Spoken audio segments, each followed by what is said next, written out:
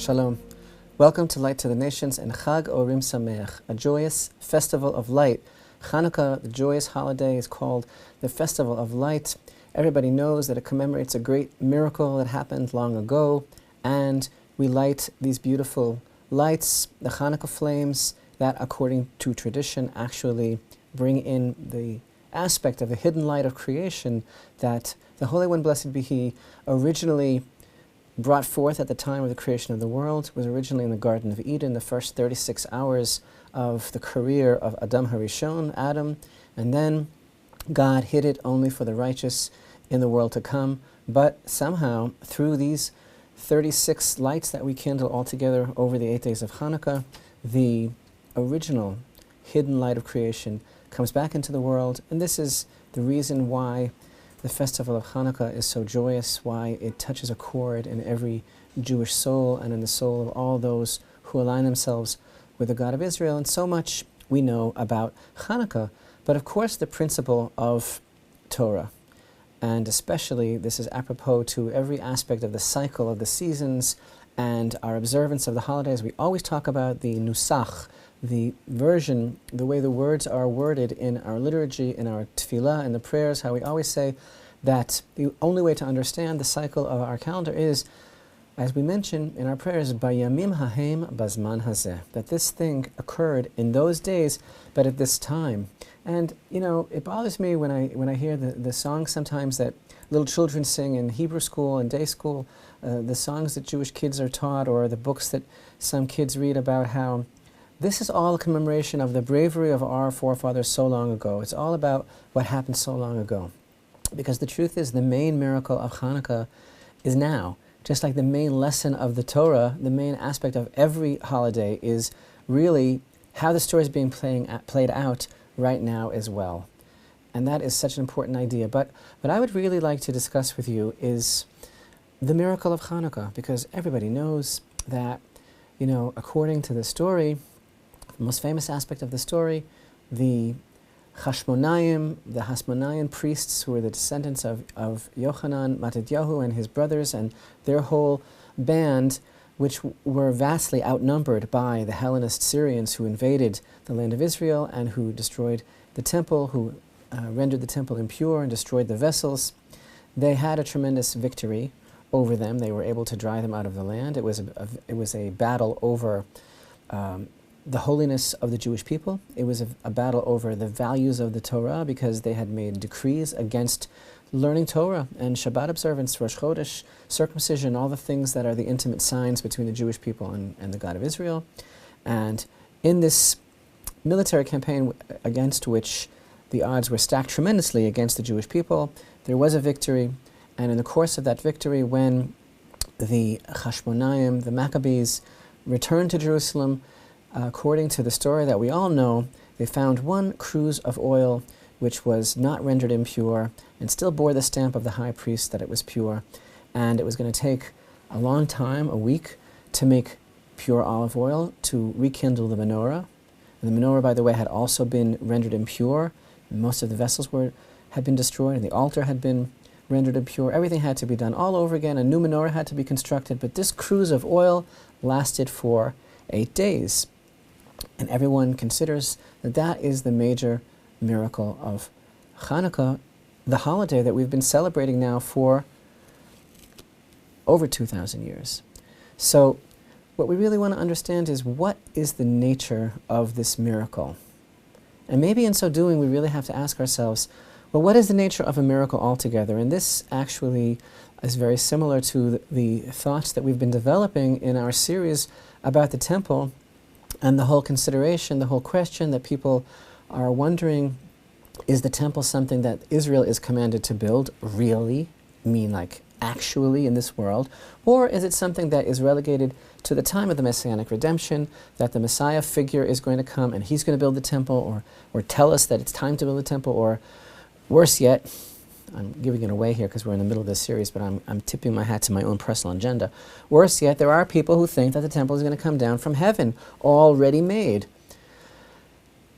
Well, this issue has a great deal to do with the miracle of Hanukkah, what that miracle is, and how we fulfill the concept of our own Hanukkah lights. Because, there is a principle in the Torah that we never rely on miracles. And this is related to the expression that our sages tell us, Lo b'shamayim hi. The Torah is not in heaven. And we have one passage in the Talmud where the sages discuss the fact that even if God would give a sign, some sort of wonder, one passage in the Talmud in Tractate Bava Metzia, where we have an incident that's recorded there where there was an argument in learning between the sages, and one of our greatest sages brought proofs which were heavenly proofs. He said, if I'm right in my position, let the walls of this Beit Midrash start to slant. And if I'm right, let there be a heavenly voice, and some other examples. And the heavenly voice came out and said that he's right. But the sages, his colleagues, responded and they said, you know what? We have a principle that the Torah is not in heaven. Hashem gave over the Torah to us, the earthly court, to be able to decide these matters. We're not supposed to rely on miracles. And furthermore, there is even a principle specifically that states that when it comes to the Holy Temple itself, we do not rely on miracles. In fact, everybody knows that when it came to the first temple, the great spiritual level that the people of Israel were on, fire descended from heaven onto the altar.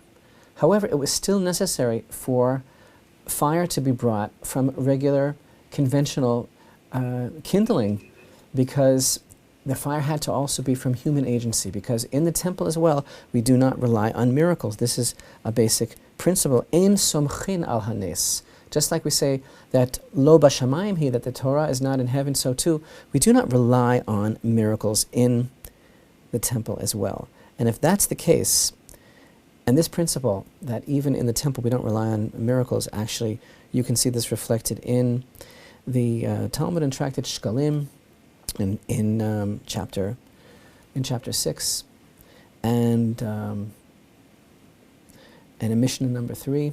So if that is the case, what then is the nature of the miracle of the cruse of oil in the Holy Temple on Hanukkah? And how is it that they were able to use this oil if we don't rely on miracles, if that's the whole nature of the miracle?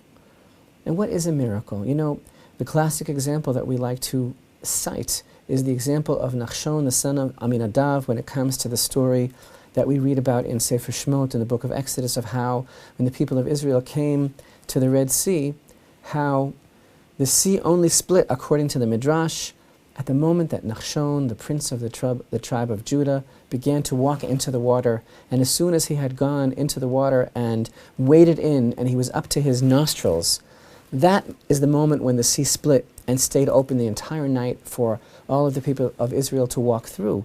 Because yes, Hashem makes miracles, but only after we have done everything possible to make that miracle validated, to give Hashem a reason to change the laws of nature, to give Hashem a sign of life that we are interested in Him.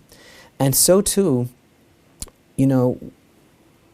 throughout the generations now, as a result of the diaspora experience, when much of the Torah has become mystified to so many people, unfortunately, there's been a certain exaggerated emphasis on maybe how things happen, how things will happen in the future, so that now, as opposed to a lot of people looking at things developing with a resolution that can be accommodated through our own human agency, people are looking to miracles to happen. It's the same thing as we're discussing regarding the concept of the temple. Instead of thinking that this is something that we can do, people are waiting for a miracle. Instead of thinking that people can come right now home to Eretz Israel, where the Jewish people belong, people are saying, well, when the miracle of the redemption happens, that's when we're going to come to the land of Israel as well. And unfortunately, this has a way of limiting and diminishing our faith in our own obligation to observe and to fulfill the commandments of Hashem, because we're kind of throwing it on Hashem Himself. You know what? When you do a miracle, I'll be ready. Like, when you're interested, call me. But that's not the way it's supposed to be. We're supposed to be the ones that are doing the mitzvot. And on the other hand, when we realize that our obligation is to follow the mitzvot of Hashem, to follow the commandments, then we stop kind of anticipating the miracles, because we realize that it's really up to us, that every person has the obligation to make the miracle happen. So, There were a number of aspects of the story of Hanukkah, and everyone's familiar with the cruse of oil. And isn't it interesting that this happened in the Holy Temple, that the kohanim in the sanctuary found this cruse of oil? And if the miracle was so important for the entire house of Israel to be aware of, why is it, and we're going to see soon that it's actually very underemphasized in some ancient sources that are important resources for our learning about the nature of the holiday of Hanukkah. If the miracle was so important, why wasn't it something that jarred the entire nation immediately? Why wasn't it something that was readily accessible? The only people who were able to see that cruse of oil were a select group of kohanim, because the rest of Israel wasn't even able to enter into that part of the temple. Do you hear the question? Yosef, do you hear the question? This is really interesting, because if it was such an important part of the experience of Hanukkah, why was it intimate? Why was it kept under wraps? Why is it something that was only seen by the kohanim in the temple? I think the answer is very practical. The kohanim, the Hashmonayim, who were leading the revolt and the battle against the Hellenist Syrians, they were military commanders, in addition to being the kohanim in the Holy Temple. And this was a long and bloody war, which extended 25 years. 5 of those years after the miracle of Hanukkah, the war kept on going. And do you know that hundreds of thousands of Jews were killed? It was a very horrible, bloody battle. And they were fighting over their rights to be Jews in the land of Israel, and to keep the Torah, and to educate their children in the knowledge of the God of Israel, and for Jewish sovereignty over the land of Israel. This is why they were fighting. And every day, picture the scene for a moment, that in the HQ, where these military commanders, who happened to be the kohanim in the Holy Temple, they were leading the battle, and every day into their HQ poured reports of casualties. Today, 10,000 Jews were killed. Tomorrow, another 12,000 Jews were killed. And they're dealing with this horrendous situation, and they know that they're doing the right thing. They hope they're doing the right thing by leading this battle, and they're wondering, are we really doing the right thing for our people? Is this really what Hashem wants? Does Hashem really want us to risk it all, to drive the invaders out of the land, to purify the temple, and to resume the divine service? And Hashem gave them a very intimate sign, a very intimate nod, almost like a kiss from heaven.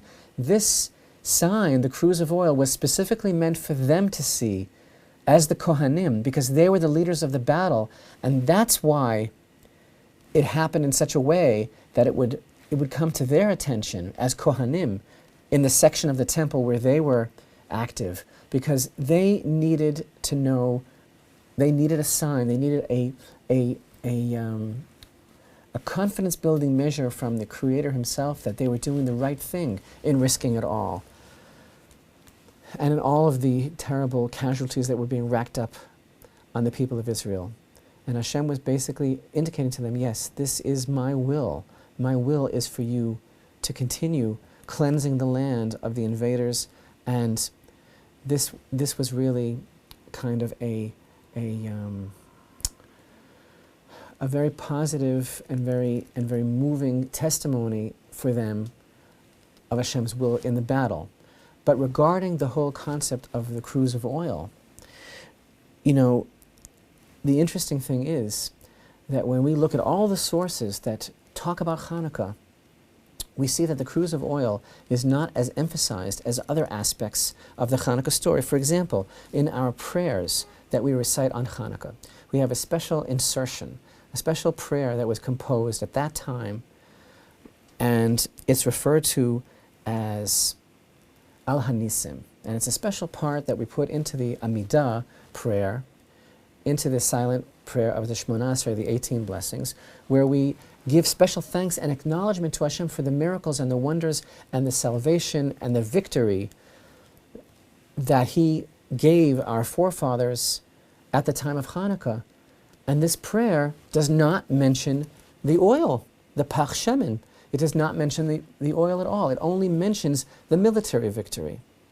Not only this, there is also a special, beautiful prayer that we recite when we light the candles themselves. And that prayer is called Hanerot Halalu.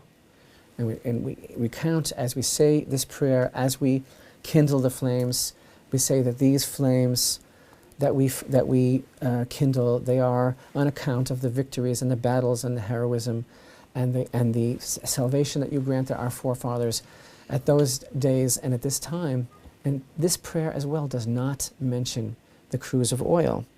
And actually, if we go a little further back and we investigate this whole development of the story of Hanukkah, we go to the most ancient authoritative source that tells us about the holiday, and that is called Megillat Ta'anit. Megillat Ta'anit, the scroll of the fasts, the scroll of Ta'anit, is a part of the Talmud, which actually recounts all of the cycle of the year, and also talks about many holidays and special days that were observed in the time of the Holy Temple, which are no longer observed, and it is the most ancient source that talks about the festivals.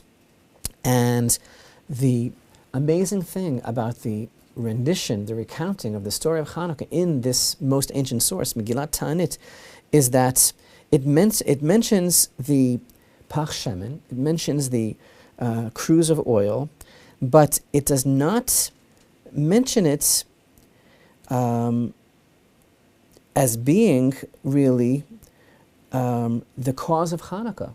It does not mention it as being the main significant event in the holiday of Hanukkah. In fact, the sages in Megillat Ta'anit only state that on account of the fact that they found this cruse of oil, there was a special decree that was made regarding the 8 days of Hanukkah that one should not deliver a eulogy during these days. In other words, these days should be considered to possess a certain aspect of festivity.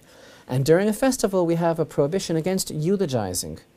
So because of the revelation, the finding of the cruse of oil, we do not eulogize during Hanukkah. But that is the only thing mentioned in the Megillat Ta'anit regarding the cruse of oil, that these are not days for eulogy. And this is a very amazing thing, because the cruse of oil itself is not emphasized. Moreover, our sages actually add another 2 aspects of observance regarding Hanukkah, which correspond to 2 other events. And so far, okay, we know that we have, again, we're in the text of the most ancient source, the most authoritative and the earliest source regarding the history of Hanukkah, Megillat Ta'anit. And there it says that on account of the cruse of oil, we do not engage in eulogies during these days. But then there's another 2 aspects of observance that are added, which correspond to 2 other events. One of these aspects is that our sages say that these are days of Hallel and Hoda'ah. These are days of special thanksgiving and acknowledgement for Hashem. And the second aspect that was added during these days is that these are also days in which special lights should be kindled. And these correspond to events that were in addition to the finding of the cruse of oil. And further, in Megillat Ta'anit, we are told that the second event, which occurred on Hanukkah, which, as we're going to see, is actually the main event of Hanukkah, the second event is the dedication of the altar itself. Chanukah HaMizbeach. And indeed, the most early sources inform us that the name Hanukkah comes from Chanukah HaMizbeach, the dedication of the altar. And in Megillat Ta'anit, we have a very moving description regarding the dedication of the altar, which took place during this time. And this was really the central event of Hanukkah. We're also told there in Megillat Ta'anit that the reason for the observance of lighting the candles is because the kohanim, once they were victorious and returned to the temple, they found that all of the vessels had been rendered impure, and there was no way that they would be able to rekindle the menorah.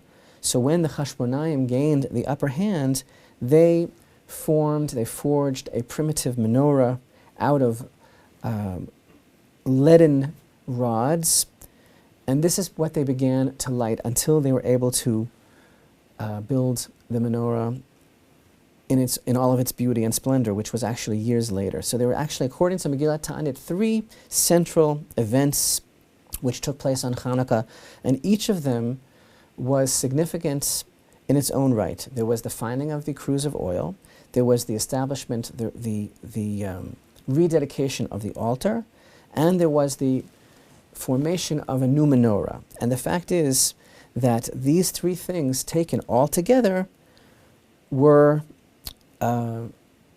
what was the basis upon which was established the holiday of Hanukkah with all of its halachic ramifications, whereas to itself the miracle of the finding of the cruse of oil, according to our sages, was really only enough for a special edict that these are not days of eulogy because these are special days.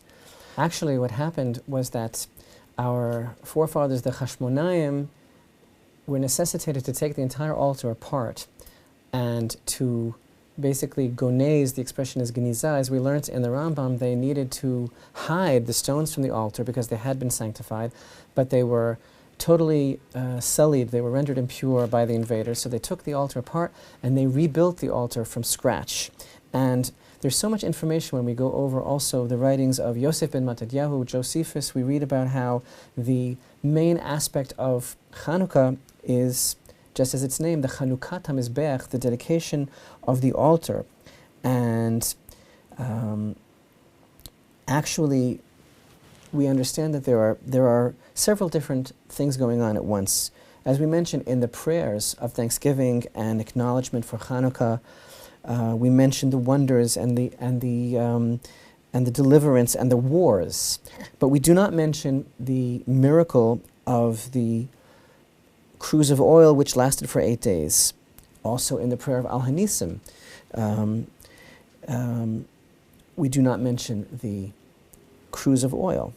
From the words of our sages in the scroll of Ta'anit, Megillat Ta'anit, we see that there were 3 central events that took place on Hanukkah, and corresponding to each one of these things, there was a different takana, a different edict that our sages made. There was the finding of the cruse of oil, and regarding that, our sages made an edict that these are not days of eulogy. Regarding the establishment of the altar, our sages established the 8 days of Thanksgiving. And regarding the construction of the menorah anew, our sages established the lighting of the Hanukkah flames.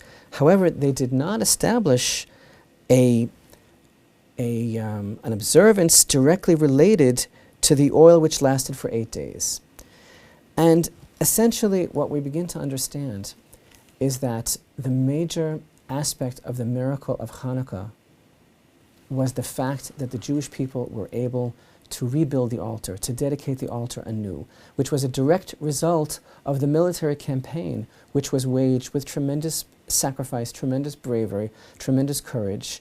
And as we mentioned, the intimate sign really that Hashem himself was giving the kohanim, who were also the military leaders, that indicated to them that they were doing the right thing, that they should continue.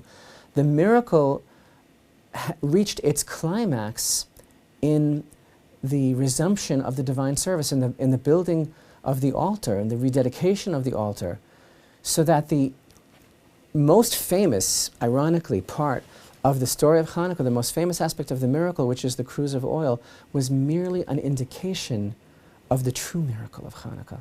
And the true miracle of Hanukkah is that the Jewish people were able to stand up with bravery and courage and determination to their enemy and say, this is our land, this is our temple, this is our Torah, this is our culture of Torah, this is the house of the God of Israel, these are our children, this is our future, and we will not tolerate you attempting to destroy it. That was really the miracle, and this is the whole beauty of the concept of Vayamim Hahem Bazman Hazeh, in those days, but at this time, because we're facing the same challenges today.